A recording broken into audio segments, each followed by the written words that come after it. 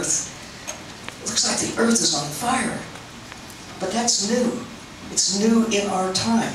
It's new on our watch.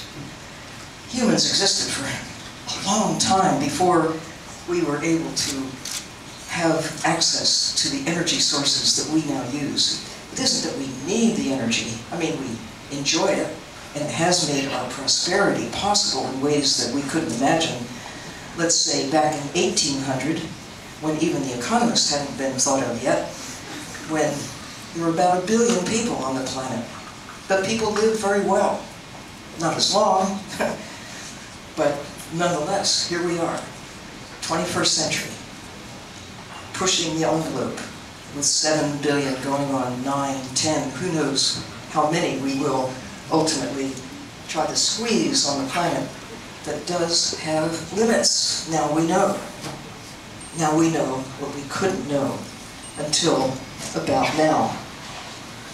We can put markers on some of the changes that are taking place, but there's always that unexpected, the surprise element. What's lurking?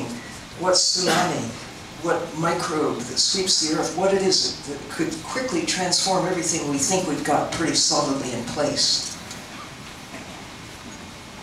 This little speck here at the end of the chain of events over the last 100,000 years, where there were lots of ups and downs in terms of climate. Ice ages came, ice ages went, ups, downs. There were human creatures 100,000 years ago and before, but in small numbers, and it was not an exactly, hospitable place during much of that time.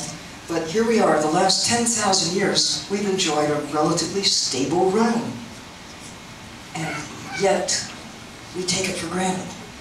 Like the air you breathe, like the water that magically falls out of the sky. We could take it for granted. We did. When I was a kid. Through most of human civilization, you take what nature gives you as if it's here forever. But now we know we, humans, have the capacity to alter the nature of nature. That's it. We're pushing the edge of what makes our lives possible. And you can do all these calculations. You're not supposed to memorize all these. You don't have to look at them. Just look at the trends.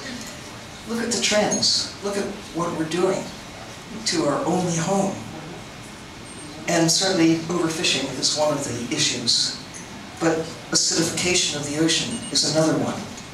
Big issues that we have a chance now on our watch as never before, because before we didn't know. But now there's no excuse. Now we know. There is the potential right now, but the window of opportunity closes more and more every day that we put off making the decisions that will ensure an enduring place for ourselves on this little blue speck. And here